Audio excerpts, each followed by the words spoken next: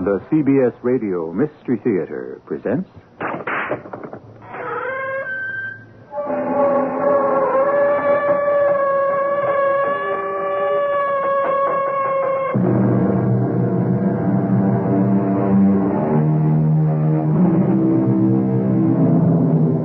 Come in. Welcome. I'm E.G. Marshall. One of the most famous quotes of all time, which incidentally appears several times in the Holy Book, is prefaced by these words: "If men strive and hurt a woman with child, and if mischief follows, then shalt thou give life for life."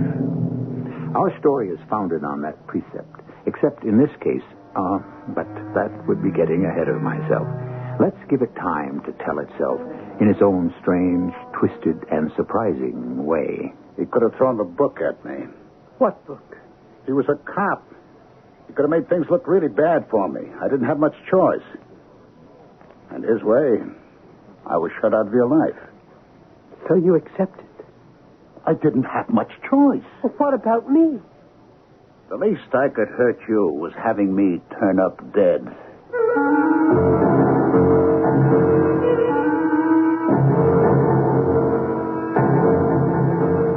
Our mystery drama, If Mischief Follow, was written especially for the Mystery Theater by Ian Martin and stars Ann Williams and Gordon Gould. It is sponsored in part by X-Lax and General Electric Citizen Band radios. I'll be back shortly with Act One.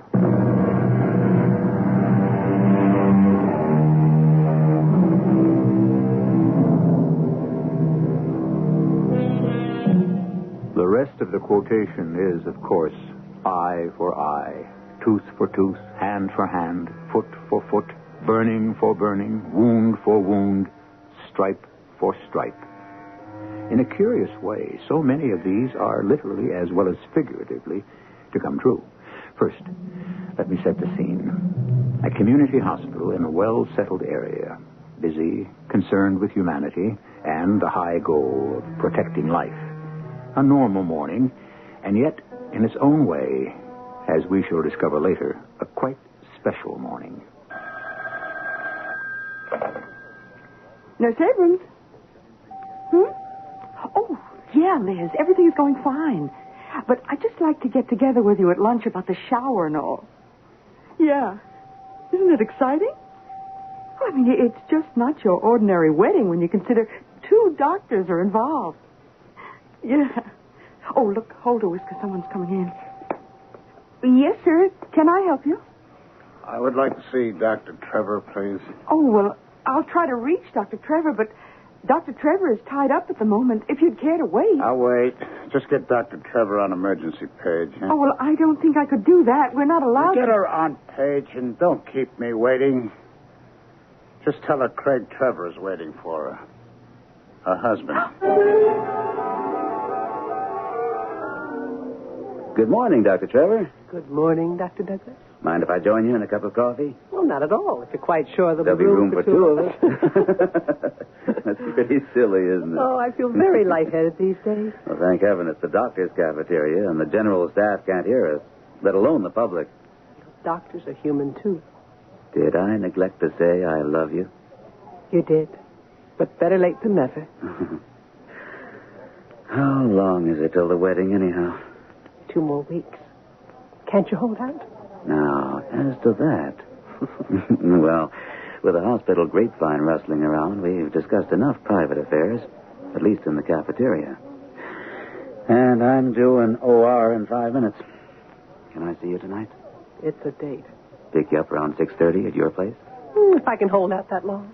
2 more weeks, and your time is my time. My place is your place. Mi casa es su casa. Oh, darling, do we have to wait? Oh, I'd like a nice wedding. Well, this time you deserve it. I didn't mean that.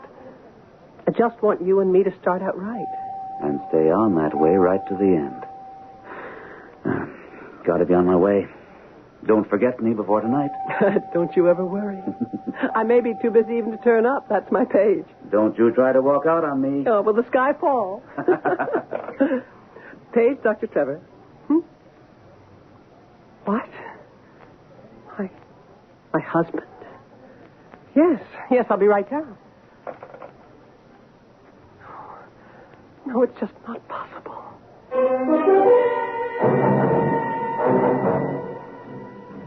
Hello, Marion. Craig? No, can't be. Craig. Don't be alarmed. What you see is what you get. I'm not a ghost. I'm here in the flesh. What's left of me. Craig? Well, how do I know? Forgive me if I'm so confused. Well, listen, we can't talk here. What happened? How could you come back from the dead? I can try to explain. No, not now. First, let me try to arrange my schedule. It's also... We can't talk here. I didn't suppose we could. Well, then why did you come here? I didn't know where else to find you. Yes, of course. Just let me find someone to cover me here at the hospital. I am a resident physician, you know, and then we'll go back to my place. Home. You have a car? Of course. We'll stop off at the bus station, pick up my stuff. What for? I am your husband. Is there any reason why I can't come home?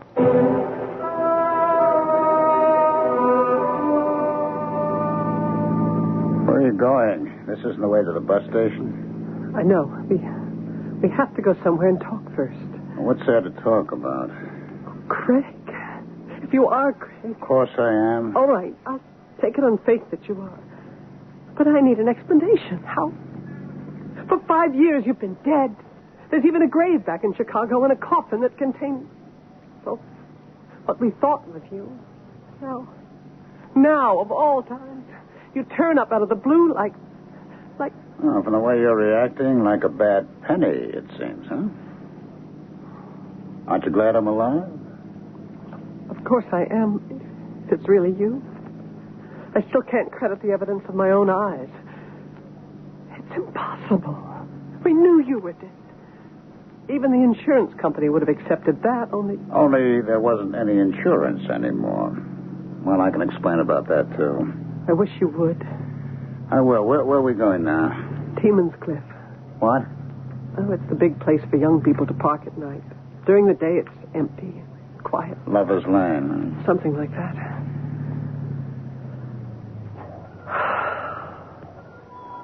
You can see all of Bayford Village from here. Quite a scenic spot. Yeah. Who identified my body? You? No. Your father. He wanted to spare me.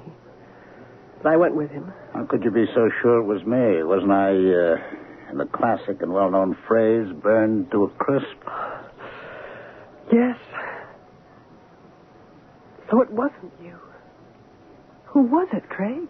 Oh, a two-bit grifter. A friend of mine you couldn't stand who had me in a vice. One thing we did agree on, I'll have to admit, I couldn't stand him either. So you murdered him? I wouldn't blame you for not having the highest opinion of me, Marion, but I wouldn't have figured you'd think that of me. Well, then what happened?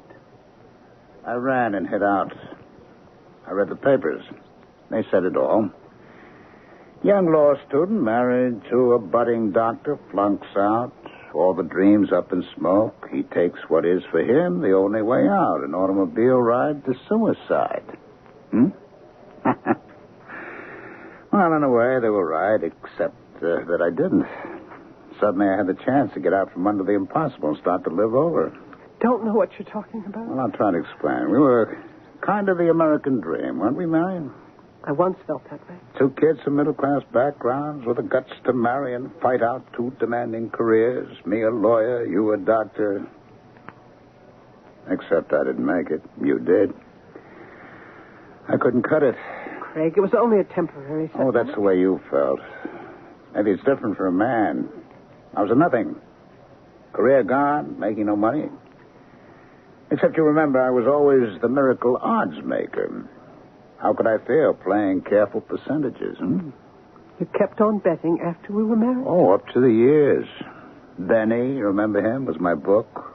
Wilder and wilder, till I was so far out in the hook, Benny was going to have to pass it upstairs. And that was the evening Benny and I went out for the ride to talk. If you were so far in, what could you offer him? Your father had offered me that chance, enough to keep Benny quiet. I had the money with me, no problem. I was ready to pay, but Benny and me were kind of arguing. I was angry, driving like a madman, and on that turn, we went straight off the road because we were going too fast for me to handle the wheel. And crashed into the valley. And burned up. And check it out, except the last, I think. We crashed. I could hang on to the wheel, but Benny was thrown every which way. When we ended up, there he was lying on his side, and he was dead. Then what? Well, first off, I panicked. I threw open the door and ran from that car. That's a damn lucky thing I did, because suddenly, whoosh, the gas tank exploded, and it was a raging inferno. You were sure Benny was dead? Oh, the car was a furnace. Nothing could have lived inside that. And you just watched it burn? Well, what else could I do? What is more to the point, what else did you do? Oh, see it my way, Marion. I was scared out of my wits. I didn't know how much Benny had told the mob, how deep I was in, how bad it all could look like for me. Like maybe even murder. So I went to your father. You know, he never liked me. I know that. Well, he offered me a deal, a way out. Keep the money, give me, get out of your life. Leave him my ring, some personal stuff, the bridge I had in my back teeth, anything that identified me, just so I could be what was left of that corpse. Nobody would miss nothing like Benny. The mob could figure he took off owing them what was coming to them, and, well, you could be a free woman. The least I could hurt you was having me turn up dead. Then why didn't you stay that way? I missed you. I tried to come back 3 years ago. I was broke. I didn't know where to turn. But that was just after your dad died. It was tough for me to cut out again because that was when I found out that we'd had a kid. We? Okay. I wasn't around when he was born. I didn't even know you were that way when I took off, but Stevie is our kid, isn't he? I don't want to talk about him. You and I were over a long time ago. Even before you pretended to die. Well, what is it you want now? Money again? No. I just want to come home. To you and Stevie. Stevie and I don't belong to you anymore. You can't come home. What about my mother? Gran is with us. But you can't do this to her. She's an old lady. She's happy in a whole new world. What new world? Listen to me, Craig. Listen. Try to be kind and unselfish once in your life. For nearly 5 years, I thought you were dead. You were glad I was. Oh, that isn't true. We had our differences, but I did love you once. When I thought you died in that car crash, a lot of things died in me, too. But I was having a child. I had to pick up the pieces. Somehow I managed. When your dad died, I had to help Gran make a new life for herself, too. We've done a lot of building. Please don't tear it all down again. Not now. But I want to... I have to. I want to be part of it. You can't. Why not? Because I've rebuilt my life. And I have a right to it. It's mine and you have no place in it. There's going to have to be a place for me. Well, there can't be. I've met a man I'm in love with. And you... Well, why did you turn up now? I'm going to be married 2 weeks from today. I'm afraid that's out, Marion, now that I'm back. Look, you can't do this to me, Craig. Please. It's too late. I already announced myself at the hospital as your husband. You can't come home. Marion, I've got to. I'm sick. I have something the matter with me, and it gets worse and worse. I can hardly walk now. I need you. You're the only hope I have left. I need someone to take care of me.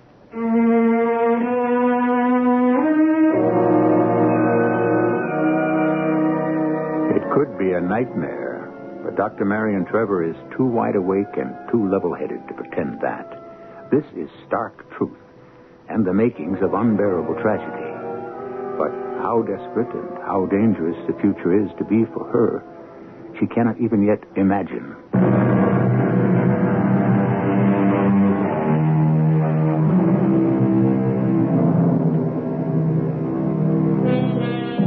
On the edge of Timon's Cliff, Marion Trevor sits behind the wheel of her car, numb, unable, and unwilling to look at the man by her side who has come back from the dead. In 2 weeks, she would have been happily married to Dr. Brian Douglas if this husband hadn't returned. The man she thought fate had been kind enough to get rid of forever. What do you mean, sick? What's the matter with you? I can't walk properly. And, well, other things.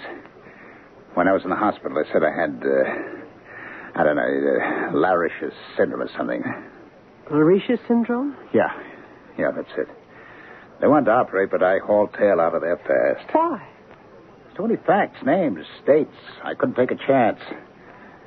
Anyways, no doc's putting me under the knife. If you have Larish's syndrome, an operation should be considered. Well, okay. Can't we talk about that after we get home? I can't take you home with me. I'm your husband. Oh, don't worry. If you think I'm going to claim married rights or something, that's one other thing that's gone wrong, as well as the legs. I can assure you, you're quite safe. Look, I need somewhere to rest. Okay. At least it'll be all right for tonight. What do you mean tonight? Gran and Stevie have gone to visit my mother for the weekend. We'll have that much breathing space to try and straighten out the future.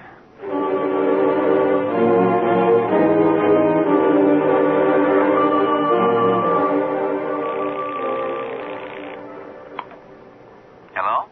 Brian? It's Marion. Oh, hi, darling. I was just about to give you a ring about this television coverage of an operation day after tomorrow. I'm not calling you about that now, dear. Okay. We can straighten that out when I see you. Did I remember to say I love you? And I love you. Lord, Brian, we've got to talk. I'm listening. Not over the phone, but tomorrow in your office. I'll just name the time. As early as possible. I just can't give you...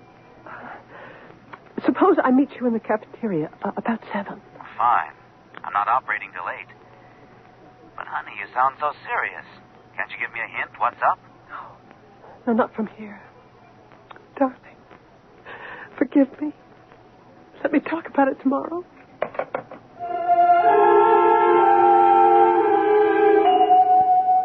Hey there, bridegroom-to-be. How's the world look today? I'll tell you after my first cup of coffee, Dr. Wilson. One of those mornings, huh, Dr. Douglas? Yeah, following the night before. And a long day stretching ahead. I have a pretty full schedule myself.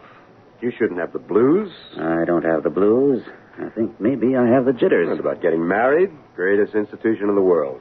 Do you good to be one of the rest of us inmates.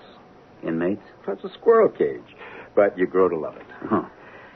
I wasn't thinking of that so much. 2 weeks before his wedding, and what else should the bridegroom be thinking of? Oh, come on, Jerry. Get off my back.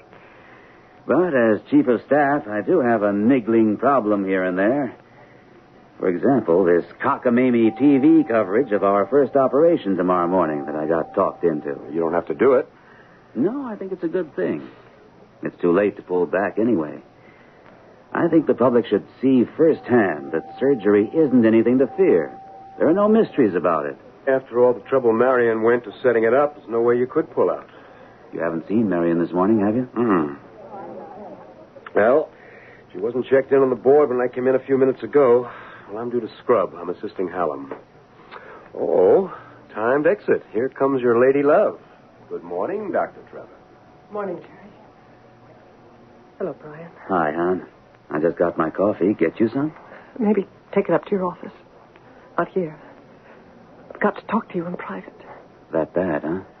Oh, it's about as bad as it can get.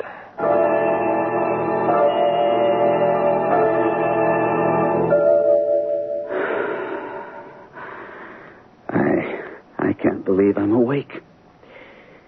You're sure? The only trouble about last night is that everything I've ever dreamt before, I'd have rather taken than this. Waking up to reality was the real nightmare. It's true. Craig is alive. He's here. So that means a marriage has been somewhat disarranged. Oh, come on, honey. Just delayed till we can arrange the divorce. Lord knows if he doesn't want one, you have every reason. We can't make it all that easy, Brian. There's Stevie to think about.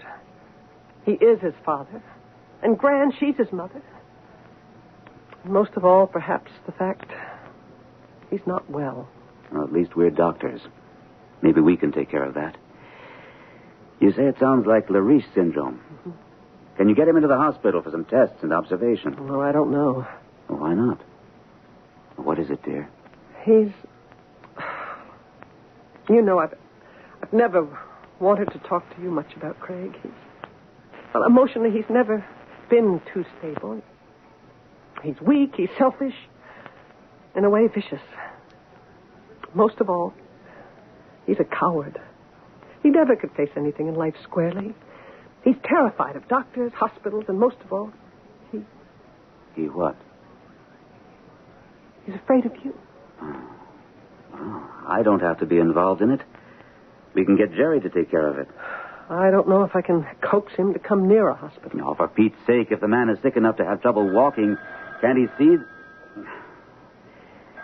I told him not to put any calls through unless it was an emergency, so I guess... Well, I can answer it. Yeah. Dr. Douglas? Yes? Well, of course, nurse. Tell the operator to put Mr. Trevor right through to my office. It's for you, Marion. Your husband. What? Oh, thanks. Hello. Yes, Craig, this is Marion. What? What is it? Where? Well, look, lie down and I'll get you a... Craig? Craig! What's the matter?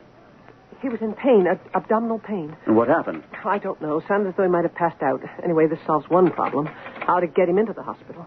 Hello. This is Dr. Marion Trevor. Green light emergency. I need an ambulance right away.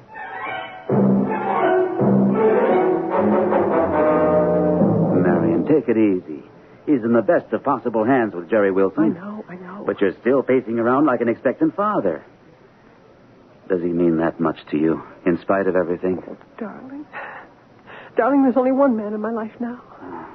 The only one who has ever been, ever since I met you. It isn't that. It's just I feel so guilty. You? Why? I could see he had cramps in his legs, that he walked with difficulty. But Craig, no one ever had been able to trust him except, I don't know. I am a doctor. He told me what was wrong. You handled it as you should have. There is nothing necessarily acute about a Lariche syndrome. I didn't believe him.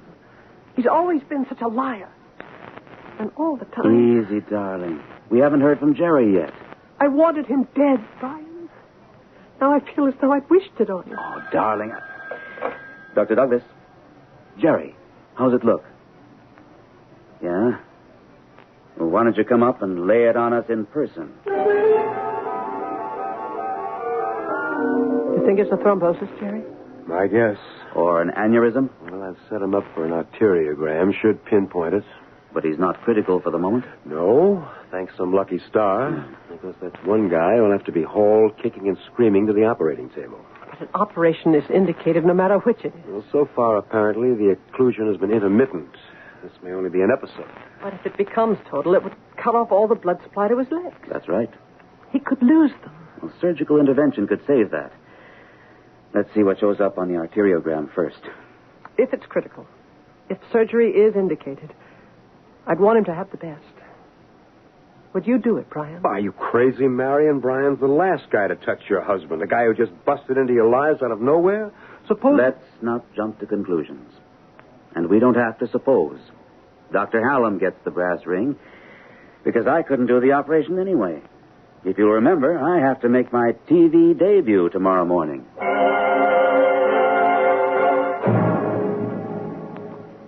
Hello, Craig. Where the hell have you been all day? Making my rounds. I'm not on surgical side. This was the first chance I had to get here. Hoping I'd be dead before you arrived? Well, there's no question of that. You should have an operation, Craig. Oh, sure. And it should be done by the big surgeon himself. You have a loving boyfriend, Dr. Brian Douglas, huh? I wish Brian could do it. He's the best surgeon I know. He feels under the circumstances. All right, baby. Well, he's the last guy I'd trust with a knife in his hands anywhere near me. We're lucky to have Dr. Hallam. He's just as good as Dr. Douglas. It isn't going to make any difference. I'm not having any operation. Now, get me out of this tube thing. Get my clothes. I want out of here. Craig, you can't leave. You wouldn't be able to walk, or you shouldn't. Why do I have to have this gadget? What's it doing? Leaking slow poison into my veins? It's feeding heparin, a blood thinner into your system to try to guard against an occlusion that would make an operation mandatory. Oh, look, do we need all the big words? At the end of the big artery that comes down from the heart, there's a fork to two big arteries that feed blood into your legs. You have very early hardening of the arteries, and because of the pressure, you have an aneurysm there. What's an aneurysm? It's a distension of the artery, a sort of balloon filled with blood that might burst. Does it always? No. Sometimes, if you're lucky, the aneurysm can be reabsorbed. Do me at least one favor. What? Just sign this authorization to operate in case it does become acute. Oh, no. I'm not signing any papers. Wouldn't it be a convenient way to get me out of the way, huh? That isn't what I'm trying to do. Oh, we won't get the chance, Barry. Okay, as long as I'm stuck in this morgue. Get out of here. Let me get some sleep. By the way, when do my son and my mother get home? They should be at the house by now. Why? Do they know about the prodigal's return yet? No. It's something I still have to face. Oh, yeah. I just bet you can hardly wait to tell them, huh? Please, Craig. Let me do it in my own time. Let me prepare them a little first. Oh, sure. I'll leave everything up to you.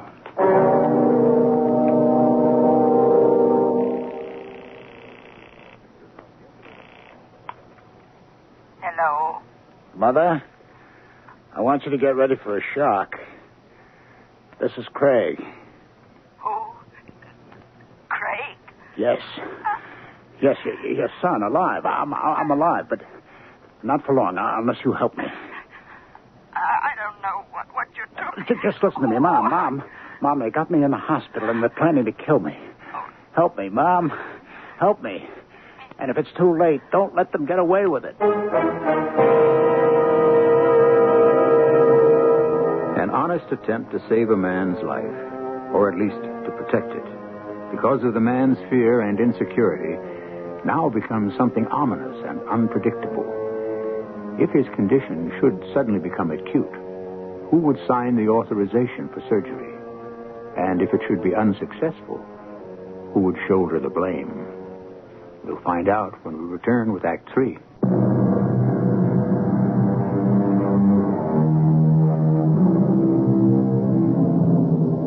The world spins on its axis, and nothing can arrest the inevitable march of time. But inside that limit, there is no individual boundary. Now, a man returning out of nowhere is in the process of starting a chain of events that have neither a foreseeable future or a solution. An event Dr. Marion Trevor has had a difficult time explaining to her mother-in-law. No doubt about it, Graham.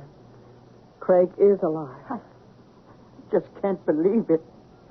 My son. Why didn't you let me know right away? I suppose I should have. I was just so confused about everything.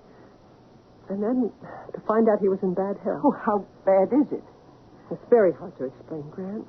I think he should have an immediate operation. Well, then why doesn't he listen to you? You're a doctor. Because he doesn't trust me. He doesn't trust anyone. He's obsessed with the fact that because he tried to die before his time, or appeared to, that everyone else wants to take advantage of that. Do you, Marion? Oh, no. Please, Grant. Don't think that of me. You know, the best thing you could do for him. What? Convince him that he needs an operation. Are you sure of that? Aren't you? After all I told him. I don't know. I thought I'd reestablished my life with my boy gone. Oh, I know it wasn't a good marriage for you, but how can I blame my own flesh and blood all the way? I know he wasn't good for you, and you wanted to be rid of him.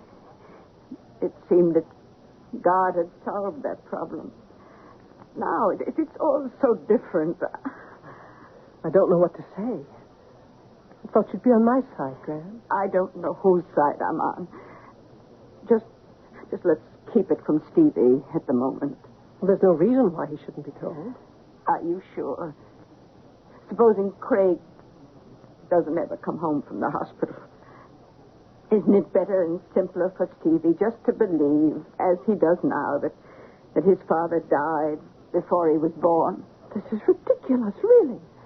Gran, we're talking as though Craig's second life, if you want to call it that, is going to be very short. It had better not be. What do you mean?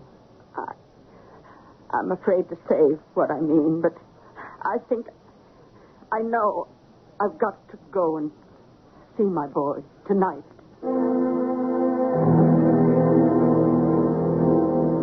You see what it is, Mom. She wants me dead. Oh, that isn't so. Well, now, don't kid yourself. She doesn't even want my son to know I'm alive. Now, be reasonable, Craig, son. This is something that's going to have to be broken to Stevie very carefully. He's a little boy. It's going to be hard for him to understand. Okay. Let's forget the kid for the moment. First off is me. Now, look, I want you to promise me something, Mom. What? If anything happens to me, don't you let them get away with it. Doctors or no doctors. You'll know that they knocked me off just to get me out of the way.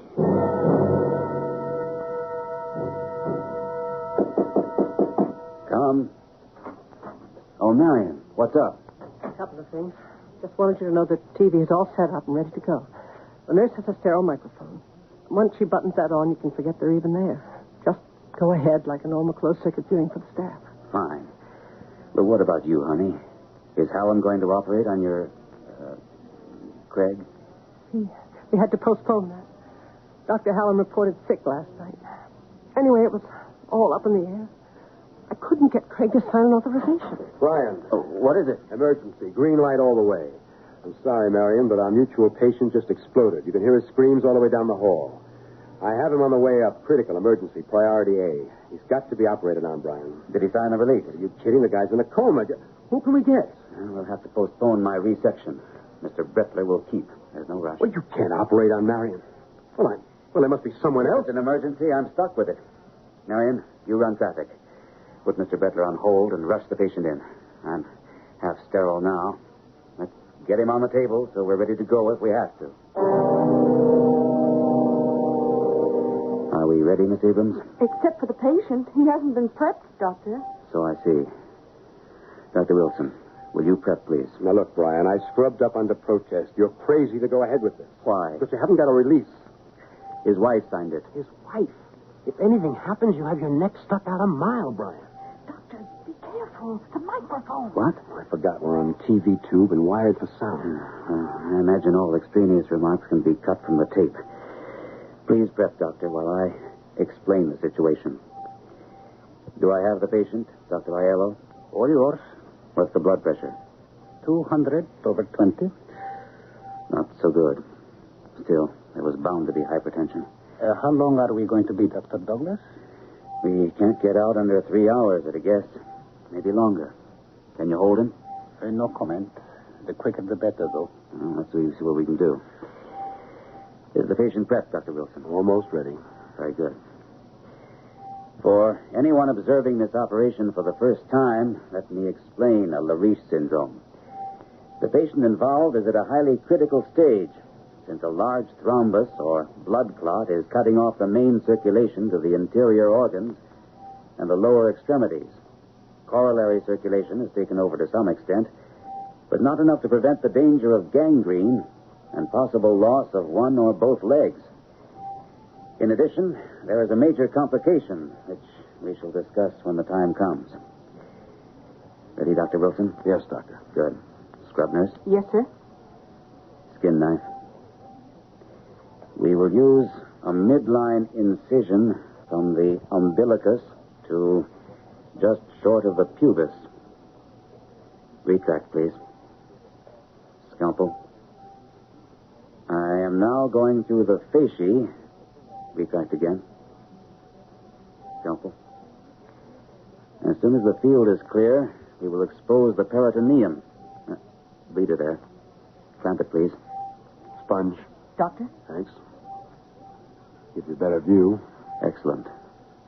Yeah. There we are. Retract, nurse. Nail scissors. In just a second, we will be cutting the peritoneum and going into the abdominal cavity to find out just how serious the situation is. And now that the superimposed thrombus has been removed, we can see the poor condition of the aorta. The intima is almost completely overgrown by atheromatous plaques, which severely impede the flow of blood. The patient has been unable to walk more than short distances at a time. Other effects will have been poor function of the abdominal organs, including possible and probable impotence. To return the patient to a normal life, it will not be enough to close the artery. We must bypass this progressively deteriorating area. Dr. Douglas. I see it, Dr. Wilson. Above the ligature, the artery is... What we caught a glimpse of on the arteriograph was an aneurysm. Dissecting. It's blowing up like a balloon, ready to pop. We'll ligate above it. Stand by with suction.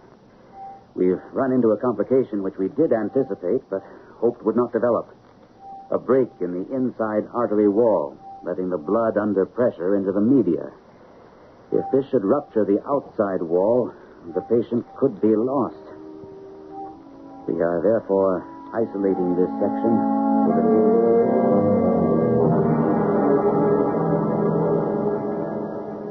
I need your answer first, Dr. Aiello. It's up to you, Dr. Howard. Do you want to take the risk? I'll try to hold him stable. That's all I want to know. Well, you're not going to try to complete the operation. With a bypass, yes. Well, the patient's in no condition to... What else would you suggest? Well, cellophane wrap the aneurysm and close. Leaving the patient in the same condition as we found him? Alive. If we continue, there's a chance that... At least a calculated one. Well, that's just the trouble. Brian, this isn't just any patient. Who says? I don't want to see you stick your neck out. I should remind you again, we are essentially on candid camera. The operation will proceed. And in my judgment, we will make this man whole again. That's all that's involved here. Nurse, give me a clamp and stand by with suction. We're going to use a plastic bypass.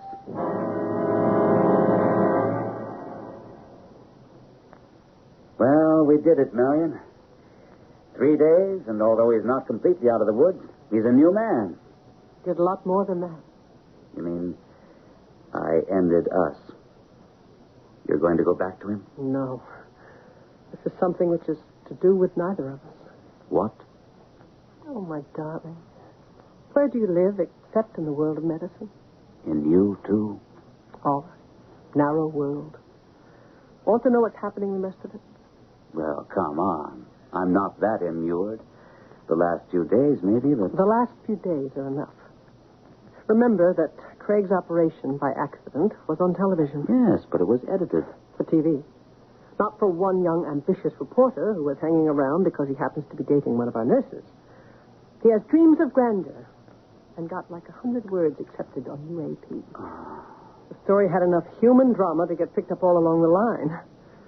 I'm afraid we've become a 3-day sensation. Us? All the elements. Love, an interrupted marriage, a husband who turns up out of nowhere, supposedly dead. The incredible drama that the man who operates on him must be the one man who desires him dead and holds his life in his hands. Oh, come on with the nonsense. Anyway, he's alive and well. And going to be. There's no suspense in that. Right. And we're forgotten now, except... Except what? Except he is alive. And where do we go from here?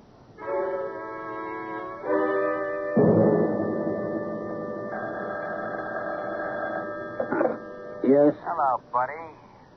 Long time no hear from. Who is this? A friend who went to your funeral. He's really ginched, and he got made a fool of. Now, we know you're still around and where you are. Let's consider you're into us for like about $15,000. I can't raise that much. Well, you'd better now you're on your feet again. Look, you got to give me time. Like 1 week, cousin.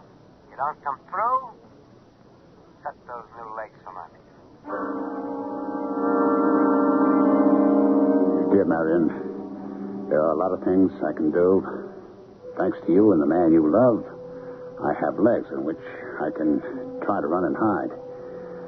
I can stay where I am and tough it out, but how far can the mob really reach? I guess that's one place I can't kid myself. The TV coverage of the operation was no big deal, but some lucky stranger who had a connection with the wire service got me publicity enough for the hard boys to find me. No, I was left with 2 choices. Tough it out or...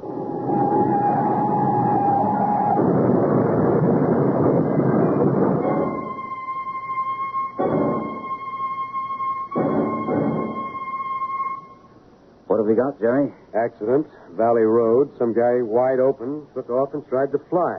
Alive? No, Brian, DOA. Dead, for that matter, when they found him. You sure? Burns? No. This time he was more or less in one piece. What does that mean? A guy who's been down this alley before. Only this time he isn't coming back. A guy who should have been dead 5 years ago. And finally made it this time. A guy named Craig Trevor.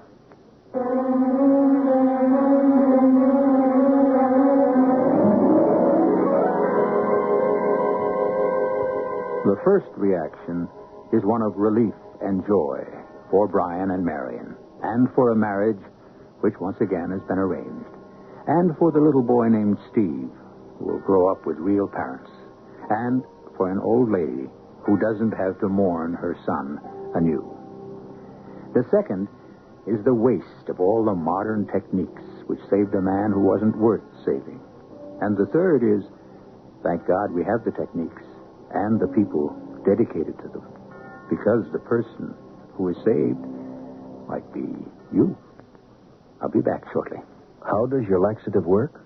Many brand name laxatives contain ingredients that expand in your stomach. That's how they work. We know a medicine that works differently. It's in the X-Lax pill. Overnight, the X-Lax pill gently stimulates your system's own regular rhythm. Stimulates your system for relief in the morning. No surprises, just relief in the morning. That's the X-Lax pill. Try it tonight with confidence. For occasional use only as directed. X-Lax pills.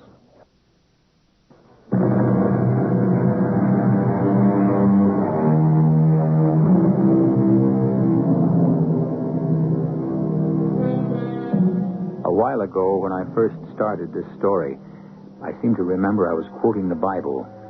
If men strive and hurt a woman with child, and if mischief follow, then shalt thou give life for life. I think I've lived up to my promise. That's what this story was all about. Our cast included Ann Williams, Gordon Gould, Ralph Bell, Bryna Rayburn, and Bob Reddick. The entire production was under the direction of Himan Brown.